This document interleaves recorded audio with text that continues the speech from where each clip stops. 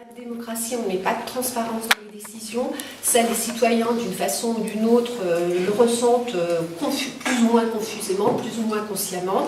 Et là, il faut relancer l'outil politique européen pour pouvoir faire face à la crise financière et mettre en place des solidarités.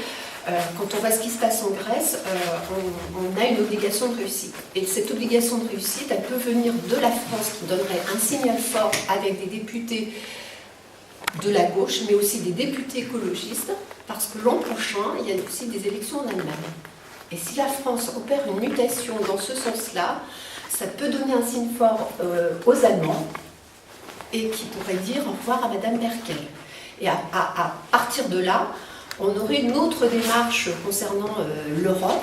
Hein, ce ne serait pas l'Europe des nations, chacun pour soi, avec un tandem qui donnerait des leçons, pour l'instant ce qu'on a vu dans le tandem Sarkozy-Merkel, qui donnerait des leçons aux autres pays, mais qui les intégrerait, qui ferait des propositions d'intégration pour que tout le monde s'en sorte par le haut sur le plan la question de la dette, de la question des finances, des paradis fiscaux, mais une vraie économie à l'échelle européenne. Et pour ça, il faut lancer le processus constituant en 2014, au moment des élections européennes. Il faut enfin s'engager sur un vrai budget européen. On sait que chaque pays, enfin certains pays sont très frileux par rapport à ça, et notamment l'Allemagne, la droite allemande est très frileuse, dit non, niet nein à chaque fois. Et pour relancer l'économie, une vraie économie européenne qui prendra en compte l'environnement, les solidarités et la création d'activités économiques et d'entreprises selon les besoins, on a déjà notamment la question de la transition énergétique. Il faut lancer un grand emprunt à l'échelle européenne pour répondre aux besoins des gens.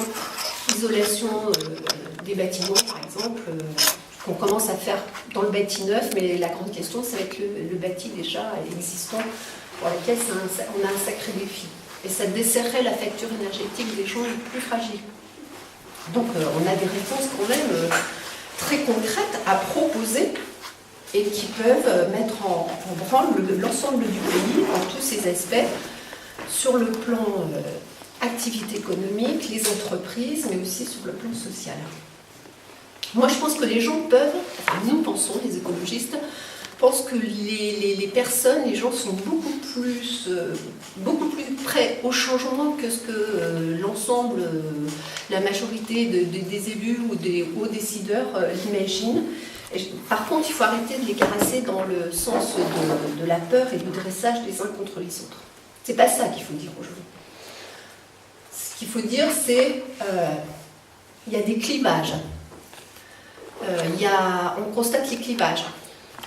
On constate aussi que vous avez exprimé des attentes, vous avez exprimé des choses lors des scrutins, des deux scrutins de la présidentielle. La question de l'emploi, la question du logement, la question des déplacements, la question de l'avenir pour leurs enfants, la question de l'isolement dans le secteur rural. Tout ça, on sait, enfin en tout cas nous, l'analyse des écologistes, c'est, ben oui, il y a eu le cassage des services publics locaux. Si dans les zones urbaines, ça se ressent un peu moins, c'est ravageur en termes d'aménagement du territoire dans les communes rurales, dans les cantons ruraux. La poste, l'école, les hôpitaux de proximité, voilà. Le jour où on arrêtera de dire que c'est du gaspillage d'argent et qu'on intégrera que, par exemple, construire ou investir dans un établissement de soins de proximité, ce n'est pas des dépenses ou du gaspillage d'argent public, mais c'est un investissement en termes de qualité de vie, en termes d'amélioration de la santé publique, en termes de diminution des frais de déplacement, de gaspillage dans ce domaine des transports, et que c'est aussi une richesse parce que ça crée de l'emploi et des emplois de qualité, parce qu'on est en France et on a envie aussi que ces services-là soient des services de qualité.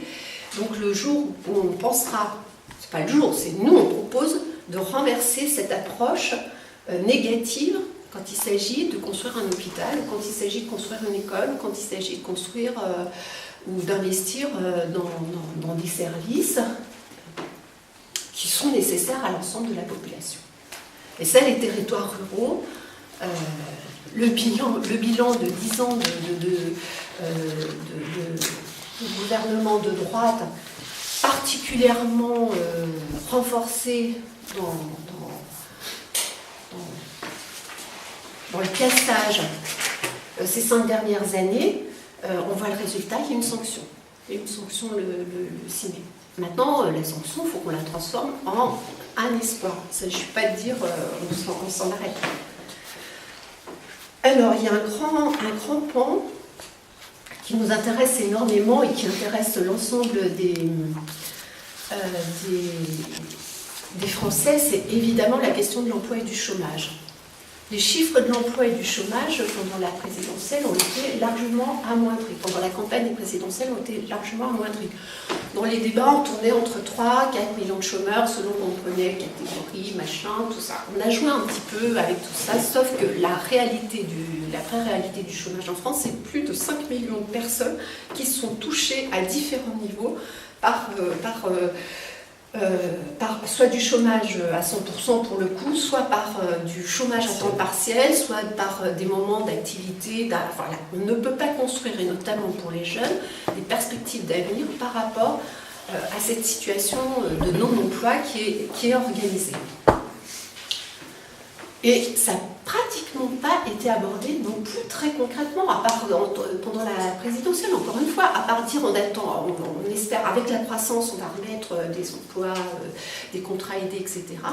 Ça reste très flou. Du côté de M. Sarkozy, on continue parce qu'on va créer de l'activité, donc voilà, on va arrêter de fiscaliser trop les entreprises, comme ça elles vont créer des emplois. Sauf que tout ça, ça fait 30 ans qu'on en entend parler, ça fait 30 ans qu'on nous le dit, ça fait 30 ans qu'on le fait, et depuis 30 ans, le chômage continue à augmenter. Or, on a encore une fois des besoins énormes en termes de transition écologique complètement nécessaire du fait du changement climatique, encore une fois, du renchérissement des coûts de l'énergie qui, le litre va arriver à 2 €, c'est déjà fait dans certaines régions. Donc voilà, les gens commencent à s'organiser de façon très spontanée pour faire du covoiturage. Très bien, ça montre bien la capacité des personnes à s'adapter. Est-ce que c'est pas aussi à la puissance publique, au pouvoir public, aux politiques publiques d'organiser tout ça de façon beaucoup plus volontariste et en même temps créer ces créateurs d'activités dans les transports en commun, sur le développement du vélo, parce que c'est peut-être anecdotique le vélo, mais quand même, en termes économiques, on voit bien que le développement de l'usage du vélo sur l'agglo dijonnaise, on est passé même pas, on était à 5-6 marchands de vélo il y a 10 ans, on arrive à 15-18. Donc c'est des emplois, c'est une activité de proximité, c'est une activité économique, et effectivement, du coup, il y a moins de gaz à effet de serre et les gens se font du bien en termes de santé publique. C'est pas, je dis ça, je sais que le vélo, ça fait rire par rapport... Ça fait rire. Non, 400 millions, c'est pas ça l'année, 400 millions d'investissements pour le tram, par rapport au vélo, parce que voilà, c'est pas du même ordre si on a cette approche financière. Mais en même temps, en plus je ne vais pas opposer le tram au vélo, c'est très complémentaire. Mais on voit qu'on peut aussi, dans ce domaine-là, la marge de progrès est énorme. Hein. Si on compare ce qui se passe à Strasbourg sur la pratique du vélo et ce qu'on a encore, même si les choses se sont beaucoup améliorées à Dijon, on a encore beaucoup de progrès. Et ça, c'est très enthousiasmant. Alors, qu'est-ce qu'on peut faire pour résoudre le chômage? Eh bien déjà, on a évalué qu'avec la question, la transition, enfin la rénovation énergétique des bâtis, ça crée déjà 1 million d'emplois en 5 ans. Donc la conversion énergétique, c'est les bâtiments, c'est les déplacements. Ça permet à la fois de créer des emplois et de travailler sur la diminution des gaz à effet de serre. Et ces emplois, ils sont autofinancés par l'activité elle-même. Donc, je veux dire, quand on nous dit que c'est pas possible, si ça crée de l'activité qui autofinance ça. On a estimé qu'on pouvait aussi, qu'il y a un potentiel de 75 000 emplois dans la conversion de l'agriculture en bio. En général, on estime qu'un emploi en agriculture conventionnelle, on a un emploi et en face, on a 3 emplois dans l'agriculture bio. Donc, par rapport à ça, la conversion en bio, il faut le faire avec les agriculteurs, avec les maraîchers, avec bien évidemment. Il y a On a atteint plein d'objectifs. Création d'emplois, assainissement des sols, production de qualité, on arrête les pesticides, donc santé publique et normes, et on arrête de polluer l'eau. Donc on a, rien qu'avec ça, 5 objectifs atteints par rapport à une action soutenue, valorisée et accompagnée. Et on ne dit pas que les agriculteurs qui sont sceptiques sont des ignares ou on ne les traite pas avec tous les noms, parce qu'eux-mêmes payent un prix fort sur leur propre santé. Moi, j'aimerais bien quand même que les rapports de la MSA en termes d'enquête épidémiologique en interne qu'ils ont fait soient mis sur la place publique. En termes de prévalence des cancers de toutes sortes, ça se dit, mais on le met sur la place publique. Vous-même, est-ce que vous avez connaissance de ça? On a fait un article il n'y a pas très longtemps. Oui, je sais. Non, mais on l'a mis sur la place publique. Non, mais il faut continuer. Voilà, on continue. Ce qui touche à la pêcherie, mais la mutation aussi de la pêche et puis de la sauvegarde du littoral et de la mer, on estime qu'à l'échelle européenne, ça peut être 500 000 emplois créés. Donc voilà, on commence quand même à être dans des tendances, c'est pas marginal. On a parlé de services publics locaux tout à l'heure. Dans le domaine de la petite enfance, si on a un projet aussi de vivre mieux, puisque c'est notre base, notre objectif, c'est de dire aussi qu'on va s'intéresser à la qualité de vie et à l'éducation qu'on met en place pour les petits. Il y a une demande très importante des familles. En France, on a un taux de travail chez les femmes qui est un des plus élevés d'Europe et on a un taux de fécondité des plus élevés d'Europe. Tout ça parce qu'on sait très bien que jusqu'à présent, historiquement en France, on avait l'école maternelle, on avait le développement des crèches, etc., etc. Donc ce dont il faut se féliciter. Mais on a assisté ces dernières années à une dégradation de cette offre de service. Nous, on veut la remettre sur pied. C'est 400 000 emplois qu'on a évalués dans ce secteur de 0 à 3 ans. Alors vous allez me dire, effectivement, comment vous le financez? Vous avez raison. On a estimé qu'en termes d'investissement, c'était 5,2 milliards d'euros et en fonctionnement, 5 milliards. Si on travaille sur le calcul du quotient familial, on peut récupérer de l'argent pour financer ces places de crèche qui sont de toute façon socialement nécessaires et qui, en retour, il y aura un retour rendu à l'ensemble des familles. Il y a un autre secteur aussi sur lequel on va être attentif, c'est le secteur des personnes âgées, du vieillissement de la population. Il va falloir quand même faire attention à ce que les maisons de retraite ou les services rendus aux personnes âgées ne soient pas trop dégradés. Il y a quand même des choses qui sont parfois inquiétantes. Et si on organise un service d'accompagnement de qualité, on a évalué que ça pouvait créer 200 000 emplois. Alors, au final, avec tout ça, ça ne suffit pas. C'est pour vous dire qu'en conscience, ça ne suffit pas. Il faut remettre, on ose le faire, il faut remettre sur le tapis la question de la réduction du temps de travail. Mais avec une autre méthode. Avec les entreprises qui disent chiche. Avec des programmes de formation ambitieux pour pouvoir le faire.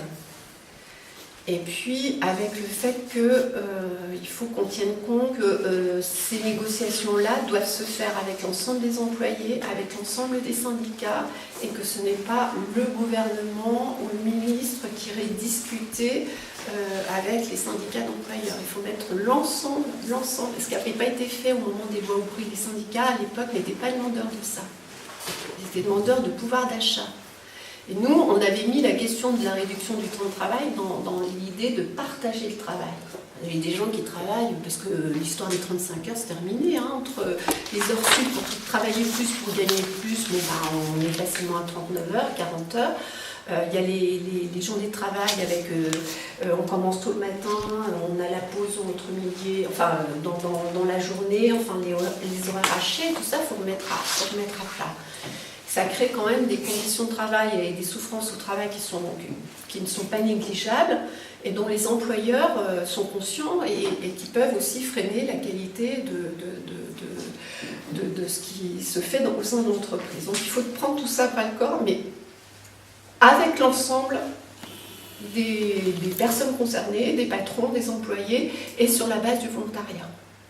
C'est vrai que l'histoire de la loi cadre imposée comme ça, et où ce serait la même chose pour une entreprise de 20 employés et face à une grande entreprise type BTP, bon, on voit bien que les enjeux ne sont pas les mêmes, d'autant plus que sur le plan fiscalité, ils ne sont pas aussi forcément soumis aux mêmes contraintes. Donc ça, il faudra aussi remettre à plat. Nous, tout ça, on le détaille là-dedans, dans notre projet « Vivre mieux vers une société écologique ».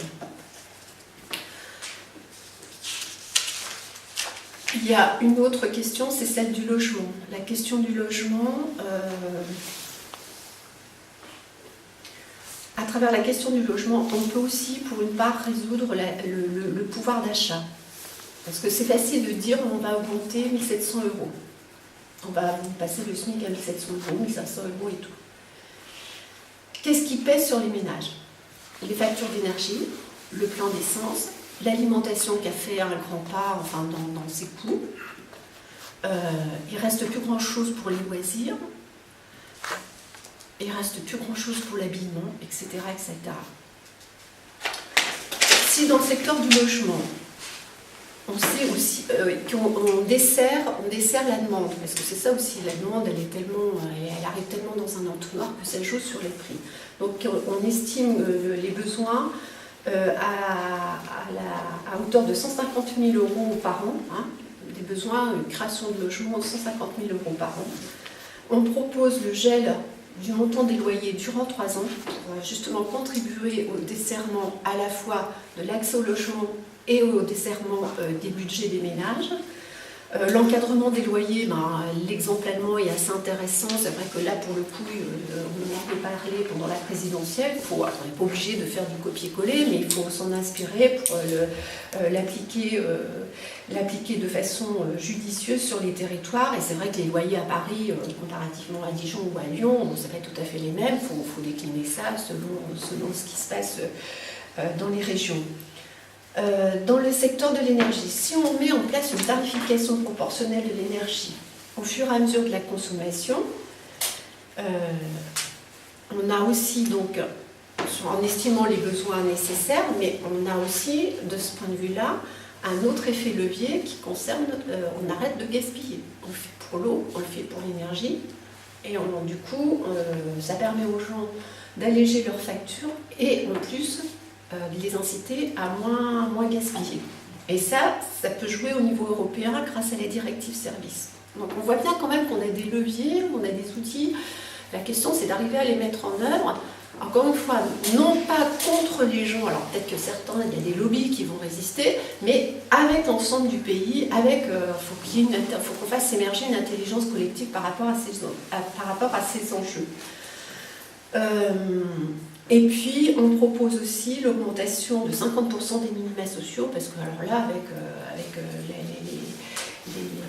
les tarifs actuels, c'est impossible de vivre dignement. On parlait des loyers, une fois qu'on a payé son loyer, il ne reste rien. Donc déjà, dans un premier temps, il y a une mesure d'urgence, c'est 50% des minima sociaux, et ça, c'est estimé à 8 milliards d'euros. Et on propose une taxation des revenus au-delà de 30 fois le SMIC, à 80%. Actuellement, l'échelle est de 1 à 150. Ce qui, depuis les années 70, a concerné... taxation, vous avez dit ? De 80%. Dans les années 70, l'échelle, elle était de 1 à 40. Donc on voit quand même que cette accentuation des inégalités devient quand même problématique. Non pas, il ne s'agit pas de faire rendre gorge aux riches, enfin, on est au-delà des formules, il faut quand même arriver à remettre de la justice sociale. Les gens sont prêts à faire des efforts parce qu'on est frais, effectivement, c'est tout le monde qui doit s'y mettre, mais il faut que cet effort-là soit au prorata des conditions de vie et de ce que les gens ont comme revenu. Or, il y a quand même dans ce pays plus de 8 millions de pauvres, que même ça, bon, bref, c'est du jour au jour, du jour le jour. Donc, des propositions fortes, fortes, que nous on pense réalisables, fortes et cohérentes avec l'ensemble des attentes et puis avec ce qu'on constate au niveau de la crise. On va s'employer à développer, en tout cas moi je m'emploierai à développer ça au cours des différentes réunions publiques que j'organise sur la 2e circonscription. Je vous ferai, j'ai pas eu le temps de faire la photocopie parce que... Vous l'avez reçu, je vous l'ai envoyé, très bien. Sur les réunions publiques, mais aussi lors de différents moments de rencontre, parce que vous savez, les candidats sont sollicités par différentes associations. Il y a le collectif, je prends un exemple, il y a le collectif Urgence Planétaire qui organise une sorte d'audition des candidats législatifs le 16 mai, salle Camille Claudel, pour qu'on apporte, qu'on développe nos positions sur les questions. C'est comment ce collectif ? Le collectif Urgence Planétaire, c'est un collectif de groupement associatif de solidarité internationale et nationale qui interpelle, qui demande aux candidats quelles sont les différentes actions qui s'envisagent dans les thématiques qu'ils veulent voir développer. La question de l'eau, les grandes questions touchant l'eau, la solidarité nord-sud, les solidarités aussi nationales. C'est à quelle heure ? C'est à 19h. Donc, bon, des rendez-vous comme ça, bon, moi, pour ma part, j'y serai, parce que c'est aussi des moments intéressants de rentrer dans le cœur des projets. Il y a aussi quelque chose qui me tient à cœur concernant la 2e circonscription, qui est quand même un territoire très contrasté, entre les 3 cantons dijonnais et les 4 cantons ruraux. Et ça traduit la spécificité côte-dorienne, où la moitié du département, en gros, sert de dortoir à l'agglomération dijonnaise. Et ça pose un problème. Bon, je ne vous refais pas le couplet sur les déplacements, voitures individuelles, les gens qui sont complètement captifs de leur voiture parce qu'ils ne peuvent pas faire autrement, parce qu'il n'y a pas de transport en commun, parce qu'il n'y a pas de covoiturage vraiment organisé, même si la région commence à faire des choses intéressantes. Mais il faut aller plus vite. Mais ce à quoi on aboutit, c'est une forme de démocratie du sommeil. Je vote là où je dors. Et j'ai la majorité de mes activités, alors que ce soit emploi, les jeunes qui vont à la fac ou dans les lycées pro ou en apprentissage, le cinéma, la culture, les activités, quelles qu'elles soient. Vous voulez faire de la gym, vous voulez apprendre, vous voulez faire du piano, enfin bon, du piano il y a des cours individuels, mais vous voulez faire une chorale, bon il y a peut-être des chorales dans certains coins, mais en fait les gens, pas dans tous, voilà. Et ça nous renvoie à l'aménagement du territoire. Et l'aménagement du territoire, encore une fois, on revient à l'histoire des services publics locaux, quand on ferme des postes, quand on ferme des écoles, quand c'est compliqué pour des parents d'emmener leurs gamins chez l'orthophoniste, parce que la maîtresse, le médecin scolaire, quand il y en a encore un, dit ce serait quand même bien, voilà, c'est impossible. C'est impossible parce que la voiture, c'est le père qui la prend, je vous fais le schéma classique, qui la prend pour aller travailler, il n'y a pas de transport en commun, le gamin se retrouve sans orthophonie alors que bon, tout le monde était d'accord, la famille et tout ça. Ce n'est pas possible que ça puisse perdurer en France. Le 6e pays le plus riche du monde. Donc il y a vraiment un redéploiement, une réflexion à faire sur comment on crée on remet les services publics locaux qui ne sont pas gaspilleurs d'argent, encore une fois, mais qui correspondent à des réponses aux besoins de la population. Maintenant, il faut vraiment qu'on se dise dans quel pays on vit, quel modèle de vie on veut. Donc c'est pour ça que nous, notre titre, c'était vivre mieux tous ensemble. Et on pense que la société, la transition écologique dans tous les aspects de la vie est un bon levier, un bon outil. Et ça permettrait d'avoir d'autres réponses, des réponses autrement démagogiques que ce que peut dire par exemple Madame Le Pen.